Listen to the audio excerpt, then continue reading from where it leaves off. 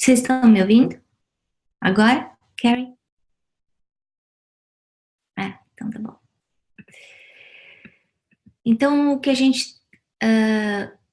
gente viu é que, eu não sei até onde vocês ouviram.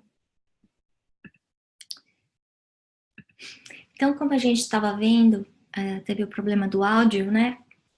A gente vê essa situação do capítulo anterior, em que o caso desse deficiente físico que tinha síndrome de Down, ele estava numa situação muito pior. Por quê? Porque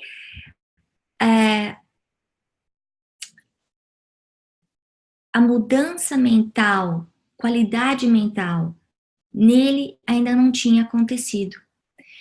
Ele ainda estava muito apegado à culpa, e essa culpa não só ligava ele aos seus obsessores ou às vítimas, né, dele do passado, mas causava uma desarmonia profunda no seu campo consciencial. E aí, mais uma vez, a gente vê a atuação dos espíritos inferiores, de como eles conseguem fazer a gente entrar em crise. E essa crise pode ser uma crise, um ataque, como a gente viu nessa criatura, né, nessa pessoa, nesse menino, como a gente viu no caso do Marcelo, né, nesse capítulo. Então, as crises que a gente pode ter, emocionais, mentais, elas são reflexo da nossa qualidade mental e da ligação da nossa qualidade mental com as entidades que estão ao nosso redor. Uma coisa importante que a gente vê aí é o poder da prece da mãe. A mãe, que era a que estava sendo ajudada, né, nesse processo de loucura sobre o novo prisma, ela que estava perdendo a esperança, ela que estava se desarmonizando por causa de todos os problemas que ela estava passando dentro da casa dela, com o filho, ela é a que está recebendo ajuda. E através da prece dela, ela não está fazendo nem prece só para ela está fazendo prece pelo filho. O filho é ajudado, para que ela seja ajudada também. Então, a importância da gente lembrar de fazer a prece, a ajuda que vem, mesmo sem a gente ter consciência da ajuda que está tendo. Nesse caso, se ela continuasse nesse redemoinho de emoções desequilibrantes, ela ficaria doente. E isso também serve para nós. Por quê? Porque quando a gente não vigia a qualidade do nosso pensamento, quando a gente não muda a qualidade das nossas atitudes, a gente fica doente, né? No caso do Marcelo, a gente vê que é um caso que não é tão grave. Por quê? Porque apesar dele ter feito mau uso do seu poder, da sua autoridade, do seu conhecimento, ele tinha vontade de acertar, né? Então, ele magoou muita gente, ele passou aí o seu tempo longo de penitência no umbral, sofrendo as consequências dos atos que ele teve. Mas nesse momento, né, a gente viu que através desse sofrimento, ele tem um despertamento consciencial, ele trabalha na sua reforma íntima, ele vigia a sua mente, ele tem a intenção de fazer o bem.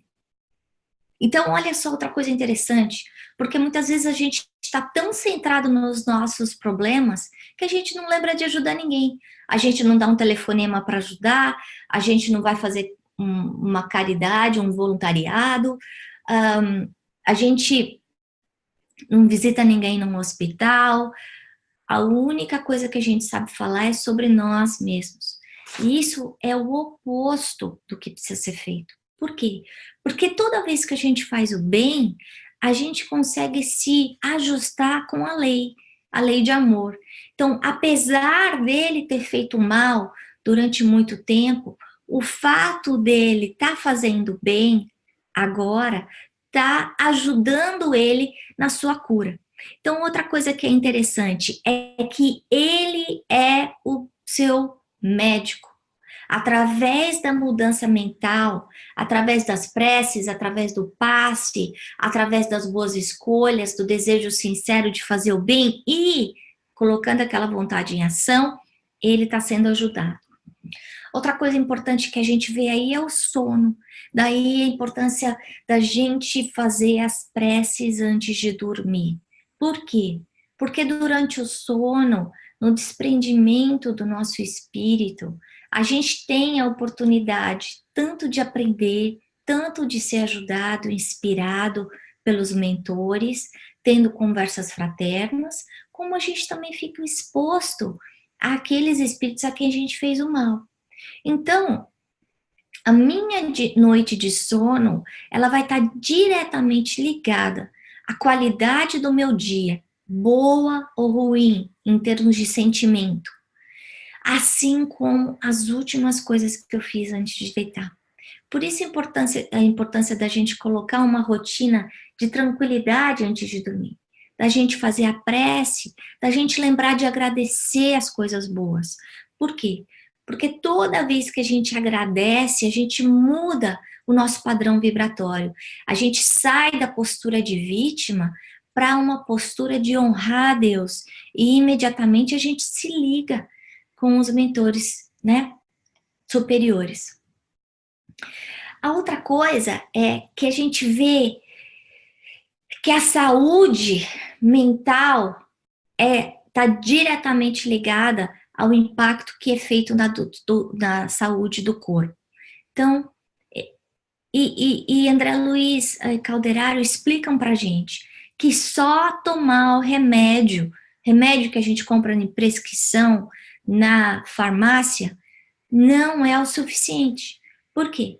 Porque esse remédio vai estar trabalhando o efeito, mas se eu não curar a causa, eu continuo indo no mesmo lado, né? Então é importante a gente procurar a nossa harmonia psíquica, a nossa harmonia mental. Como? Isso daí é conhecido de todo mundo, seja através de andar com pessoas que fazem bem pra gente, que falam coisas boas, a gente fazer leituras saudáveis, nós comermos direito, e comer direito significa prestar atenção na qualidade dos alimentos que a gente está ingerindo. Lembrando que a comida é informação para nossa célula, que se a gente come porcaria, junk food, é isso que a gente está dando para o nosso corpo.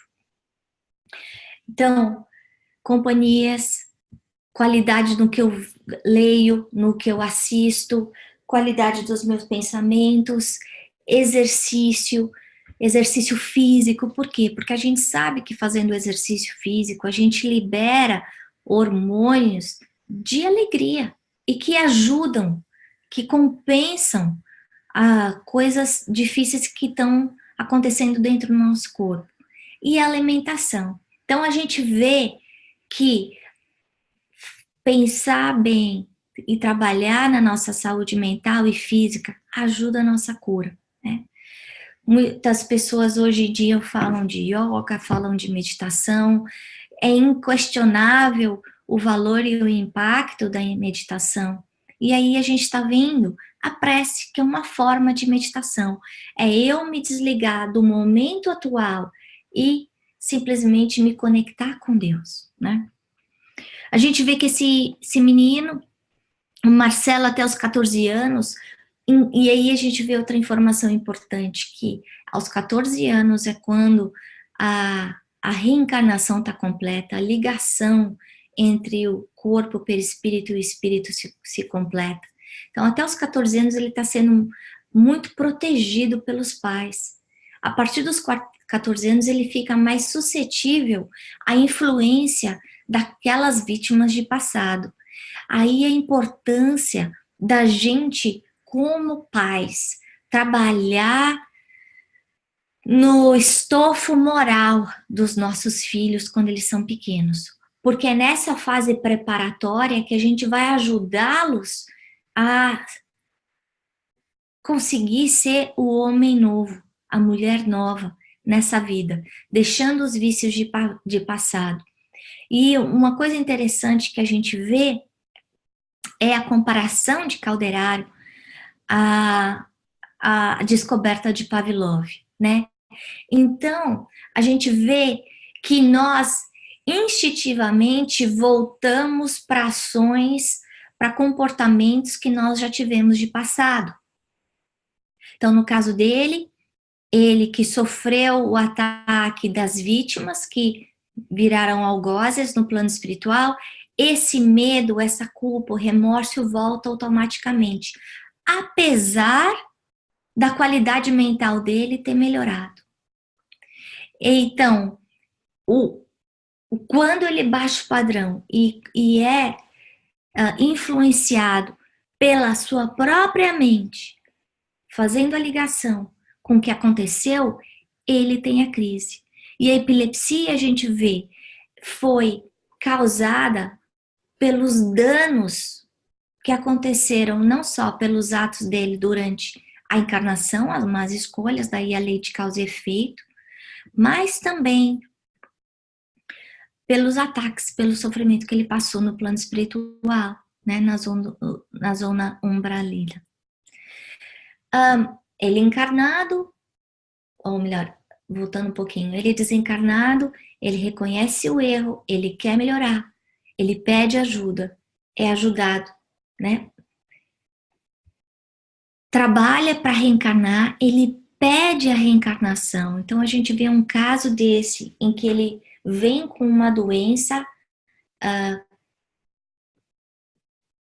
que já tinha, que estava impregnada no perispírito dele, mas vem pedindo ajuda para quê? Para que ele consiga se ajustar com aqueles espíritos a quem ele magoou no passado. E essa doença funciona como uma forma de depuração do espírito dele. Então, o que parece ruim, não é ruim. A gente está vendo o foco de André Luiz, não está na doença do corpo. Ele fala isso daí tá tudo bem. É a doença da mente. Todas as vezes que a gente entra em desespero, em depressão, em tristeza, se sente vítima, fica com raiva, a gente tá adoecendo o nosso corpo. E vai chegar um momento que, se a gente não mudar o comportamento, o impacto no nosso perispírito vai ser muito grande e a gente vai pagar a conta numa reencarnação seguinte, ou talvez até mesmo nessa reencarnação. É aquela história da água mole em pedra dura, tanto bate até que fura. Então, se eu continuo num pensamento viciado de tristeza, de raiva, de depressão, como a gente acabou de falar, eu vou adoecer. Eu estou num estado de loucura relativa. Uma loucura não do corpo, mas uma loucura do ponto de vista espiritual. Eu estou doente. Então, voltando ao que a gente viu no slide passado, o que eu preciso fazer? A primeira coisa é renovação. Renovação do quê? Dos meus pensamentos, renovação da minha conduta, das minhas escolhas. Com quem eu estou andando, o que eu estou lendo, qual é a qualidade dos meus pensamentos, se eu estou cuidando do meu corpo físico com a alimentação correta, se eu estou fazendo exercício, se eu presto atenção e tento acalmar quando eu me sinto agitado, se eu tenho feito as minhas preces, se eu busco ajuda. Isso tudo esses todos são elementos profiláticos para a nossa cura, né? Que precisa ir junto com os remédios que a gente recebe hoje, que são receitados por médicos. E nesse caso, a gente vê inclusive ele falando de psiquiatras. Então, a gente só cuidar do efeito não é o suficiente para a nossa cura. E lembrando outra coisa, como a gente comentou, que culpa, remorso, não traz nada de bom para a gente. Então, a importância é a gente ter consciência dos erros que a gente cometeu e tentar refazer ou reescrever a nossa história. Não importa o que eu fui e o que eu fiz há 10, 15, 20 anos atrás. O importante é o que eu vou fazer agora. Então, se eu matei, se eu fiz um aborto, se eu fui infiel, se eu desrespeitei, se eu abandonei, o que está ao meu alcance hoje? para que eu possa fazer o bem para pessoas que passam por problemas semelhantes. Então, se eu fiz um aborto, como é que eu consigo ajudar mãezinhas que estão passando aperto durante a gravidez? Como é que eu consigo ajudar crianças que estão abandonadas? Se eu abandonei, como é que eu consigo ajudar velhinhos, crianças, pessoas que estão morando na rua? Enfim, eu saí do meu egoísmo pessoal para ajudar aqueles que precisam mais de mim, em vez de ficar apegado ao erro de passado, que não é uma coisa produtiva. Outra coisa que a gente viu importante nesse capítulo é o evangelho no lar.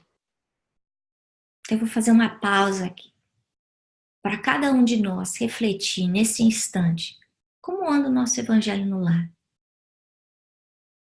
Que nota que a gente está recebendo do nosso evangelho no lar? Dos espíritos superiores? Com que frequência? Com qual interesse? E se a gente não está usando ou aproveitando essa ferramenta tão poderosa para nos equilibrarmos e equilibrar o nosso lar, então a gente precisa colocar isso em ação. Então, se tem uma coisa que a gente tem que tirar dessa lição é revisar os nossos atos, o nosso campo mental e reavaliar a qualidade das nossas preces. Bom, nesse caso a gente vê essa família pequena, interessante, 3 pessoas, pai, mãe e filho, ele tem irmãos, mas os irmãos estão em outra sintonia, têm outros interesses. Mas o Calderaro deixa claro que ele repete com outras palavras o que Jesus falou, que quando 2 ou mais pessoas se reunirem em meu nome, eu estarei presente. E ele lembra que a família é uma reunião espiritual no tempo. Então, a nossa família corporal, consanguínea, ela é temporal, mas a família espiritual é contínua. Mas durante esse nosso encontro, a gente tem que tratar o nosso lar como santuário. Por quê? Porque ele precisa ser protegido de coisas negativas. Nesse lar, no nosso lar, a gente vai estar encontrando pessoas com quem a gente tem afinidade e pessoas a quem a gente magoou. Daí a importância da gente tratar a nossa casa, o nosso lar como um templo sagrado, protegendo.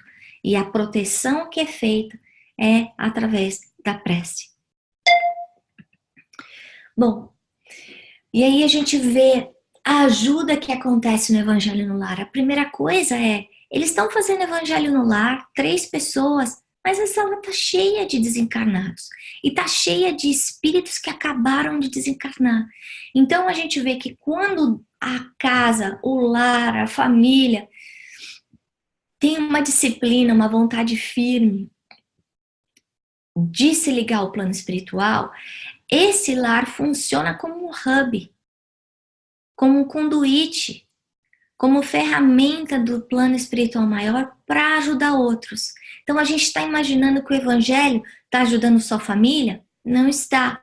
Está ajudando a família, mas também está ajudando um monte de outros espíritos que precisam de um ânimo antes de voltar para o plano espiritual.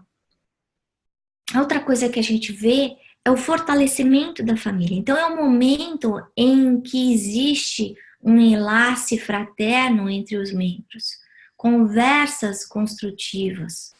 E isso vai trazer o quê? Calma, proteção, e vai abrir campo para o suporte magnético do passe espiritual que é dado em todo mundo. E a gente vê os mentores comentando isso, da ajuda que é dada durante o Evangelho no Lar. O outro aspecto que André Luiz chama atenção é o isolamento, a proteção da casa, por causa da conduta moral dos moradores, a conduta moral do Marcelo, a sua intenção de fazer o bem, de trabalhar no bem, na sua reforma íntima, reavaliar os seus pensamentos e a sua conduta. além do evangelho no lar. Agora, olha só que coisa interessante. A partir do momento em que o Marcelo baixa o padrão, apesar da casa estar isolada, ele sente dentro da sua memória espiritual os efeitos maléficos dos obsessores. Então, os obsessores não têm nem que atingi-lo. Ele mesmo, através da sua mente, se atinge. Olha só que coisa. Nós é que nos ferimos através da má qualidade do nosso pensamento. E ele tem consciência. Ele tem consciência que quando ele faz a prece, que quando ele faz o evangelho no lar, que quando ele toma o passe, que quando ele trabalha no bem, ele fica mais equilibrado. Então isso serve para nós também. A gente prestar atenção. O que é que funciona? O que é que me faz bem? Porque muitas vezes o que a gente acha que faz a gente feliz, não faz bem para a gente. A gente pode achar que beber ou sair com os amigos numa noitada deixa a gente feliz, isso não nos faz bem. Como é que fica o resultado dentro de nós do dia seguinte? É isso que a gente está aprendendo nessa lição. E aí o chamamento de que a gente precisa se ajudar para receber ajuda. Nós vimos isso em tantos capítulos, nos capítulos anteriores, né? Aquele exemplo que eu dei em aulas passadas de Jesus falando, levanta e anda. Então, é necessário que eu faça o esforço, não o esforço da boca para fora, o esforço de verdade, de mudar o meu comportamento, o meu pensamento, perante a vida, perante mim, perante eu mesmo. Então, é boa vontade, a ação contínua com disciplina e a vigilância. Por quê? Para a gente não cair no exemplo de Pavlov. Se a gente vem errando durante séculos, como a gente já viu, é muito fácil a gente cair no mesmo erro. Se a gente presta atenção, em vez de nós reagirmos às situações, a gente consegue agir. A gente consegue colocar o conhecimento que a gente aprendeu e aplicar ele na situação do dia a dia. Então, para a gente encerrar o estudo de hoje, eu coloquei aí 3 pontos. Primeiro, como a gente já conversou, foi essa autorreflexão de como anda o meu evangelho no lar. E a gente sabe que a maioria de nós, espíritas, não faz evangelho no lar. E não é porque não sabe que precisa. Não é porque não sabe que é bom. É por preguiça, por falta de disciplina. Então a gente pensar, como é que vai ser essa semana? Nós estamos na quarta-feira. O que é que eu vou fazer a respeito disso? Dependendo da nota que eu estou dando para o meu evangelho no lar. Se eu for me colocar no shoes, no lado dos mentores que vêm me apoiar durante o evangelho, que nota será que eles estão me dando? Qual é a qualidade do que eu estou fazendo? A segunda coisa para a gente refletir é o que eu estou fazendo para alcançar o meu equilíbrio mental e físico. E eu não estou falando só do efeito. Então, eu não estou dizendo só, eu estou indo no médico e tomando remédio. Tá bom. Que outras coisas cada um de nós tem feito para melhorar a nossa saúde mental e o nosso equilíbrio? Nós temos buscado situações positivas ou ferramentas que nós sabemos que nos ajudam a nos sentir melhor, a nos amar mais, ou não? E se eu não estiver aproveitando todas as ferramentas que eu conheço, seja prece, seja alimentação, seja exercício, seja tomar passe, seja tomar remédio, seja vigiar o meu pensamento, as companhias com quem eu ando, o que eu vou fazer a respeito? Porque não basta eu saber. Se eu não modifico os meus hábitos, o resultado vai ser sempre o mesmo. Então, eu preciso mudar o que eu estou fazendo hoje para ter um resultado diferente amanhã. E a terceira coisa é, qual o meu papel como pai e mãe? Eu, como mãe de filhos de menos de 14 anos. Como isso está indo? Como está a minha preocupação para os ensinamentos acadêmicos, mas também para os ensinamentos morais? Qual é o tipo de embasamento, de suporte que eu estou dando para os meus filhos, para que eles não errem, não cometam os mesmos erros de passado nessa vida, não caiam no efeito Pavlov. E aí? E se eu perdi a oportunidade? Se durante esses 14 anos eu não sabia que eu tinha que ter feito isso? Então, o que eu posso fazer agora para ajudá-los? O que está ao meu alcance para ensinar? E a gente vê Jesus deixando para a gente uma receita muito importante, que foi o quê? Amar o próximo e viver os seus ensinamentos, sem julgar.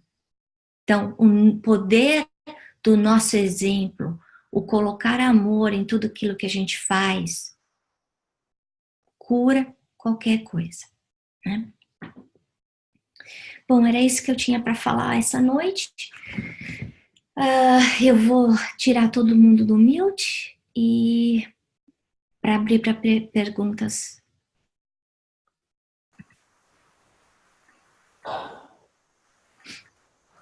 Alguém tem alguma pergunta? Algum comentário?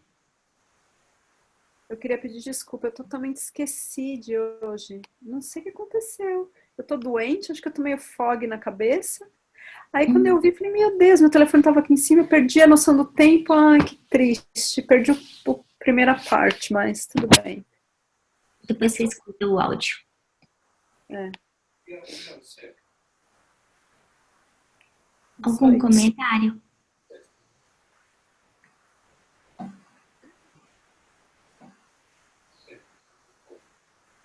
Puxa vida. Eu tenho para falar. Eu acho que ficou para mim de mais importante, ainda mais por eu ser da área da saúde, o quanto que é importante autoajudar-se. Que a medicação ela é eficaz, sem sombra de dúvida, mas ela funciona nos sintomas, né? É por isso que a maioria dos psiquiatras recomendam o medicamento e a terapia, porque na terapia vai buscar a causa do problema. No caso do Marcelo, ele está fazendo isso sozinho. Ele está sendo seu próprio médico, seu próprio psicólogo, né? E fazendo o que Francisco de Assis ensinou pra gente todos os dias, né? Fazer esse processo de autoanálise para a gente ver onde que a gente pode fazer diferente. Então isso me chamou muita atenção. Eu acho que você falou uma coisa super importante, Gi, que eu não citei, mas esse aspecto da gente procurar uma ajuda terapêutica, isso da gente fazer essa reflexão, seja sozinho, seja com outro, é outra forma importante para a gente encontrar o nosso equilíbrio emocional, sem dúvida nenhuma. Obrigada.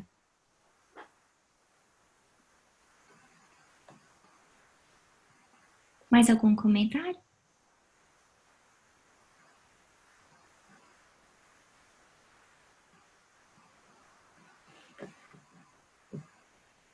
Nossa, mas tá todo mundo quietinho hoje. Quer comentar, mamãe? Eu estou pensando aqui que num quadro doloroso de tantas dificuldades, tantas dores materiais, morais, espirituais, como é o caso desse menino, nas entrelinhas a gente vê que a sabedoria de Deus é perfeita. O que parece sofrimento, na verdade, é renovação, né? Então, hoje eu estive lendo um pouquinho do testemunho de Chico Xavier e ele falou, ele li uma frase que mexeu muito comigo e que se encaixa aí nesse momento, que diz que o martelo que bate no prego faz o prego ficar mais firme, mais forte. Então, quando nós tivermos as nossas dores, os nossos problemas, dificuldades de qualquer ordem, em vez de desanimar, de desesperar, a gente tem que Lembrar é que Deus sabe melhor do que nós o que é bom para nós, que o que parece ruim, na verdade, é para melhorar, é para o nosso crescimento, para a nossa saúde espiritual, né? Funciona como um alarme para o nosso Então, despertamento. em vez de entrar na sintonia negativa, buscar esses cuidados que você deixou tão claro aí na exposição. Cuidar bem direitinho de si mesmo, né? Cuidar da saúde, cuidar da alimentação, cuidar do evangelho no lar, cuidar da reforma íntima, fazer a nossa parte. E uma coisa que você já falou muitas vezes, a gente pode às vezes estar fazendo essas coisas e achar que as coisas não estão melhorando, mas nós podemos ter certeza que se a gente não fizer isso, ia estar pior.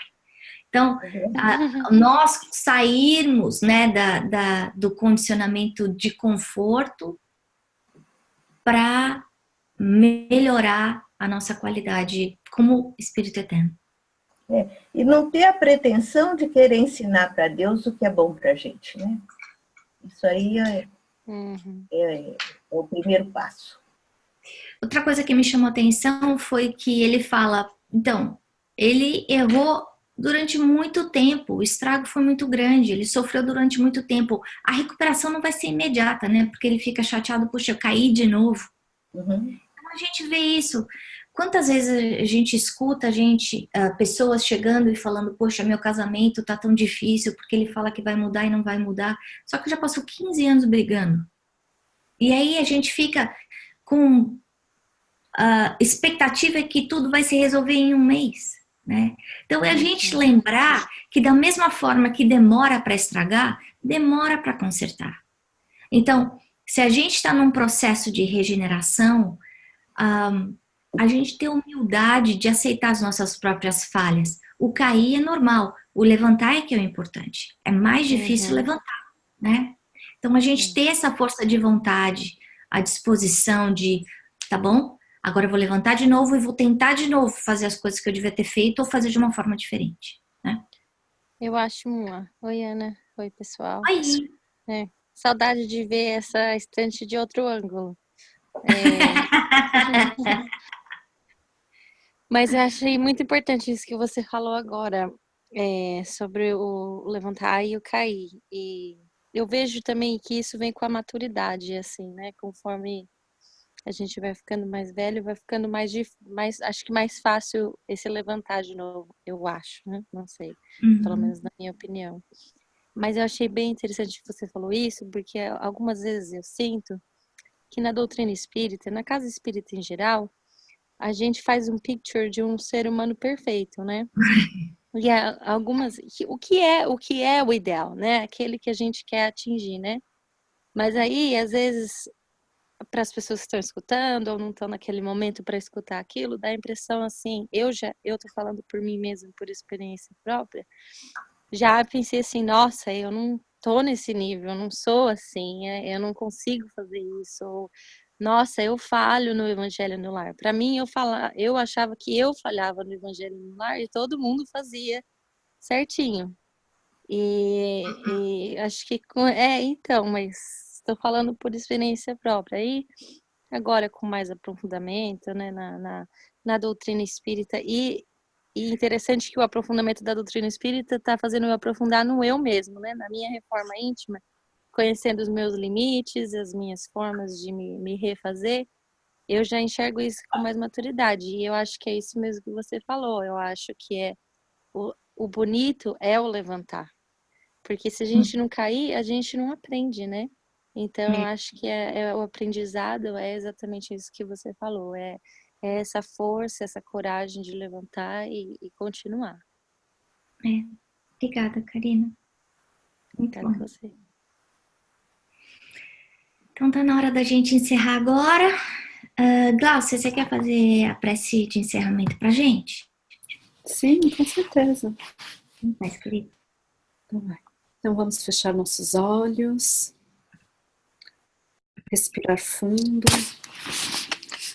E agradecermos nesse momento mais uma oportunidade de estarmos juntas, aprendendo com todo o trabalho incrível de André Luiz, de sua equipe, que sempre nos proporciona reflexões magníficas com relação ao nosso próprio eu interior, e para que dessa maneira possamos entender os nossos próximos passos na nossa reforma íntima, nessa jornada tão linda que temos aqui na Terra, aprendendo um com os outros, juntos, na bênção do amor eterno de todos os nossos queridos espíritos protetores, principalmente de Jesus. Então é com essa alegria nos corações e, na verdade, essa humildade de entender a oportunidade que temos em cada experiência de vida, em cada momento, em cada respirar, que agradecemos juntas, mais uma vez, esses ensinamentos todos de hoje. E assim pedimos permissão para encerrar esse trabalho tão lindo de hoje. Que assim seja, graças a Deus.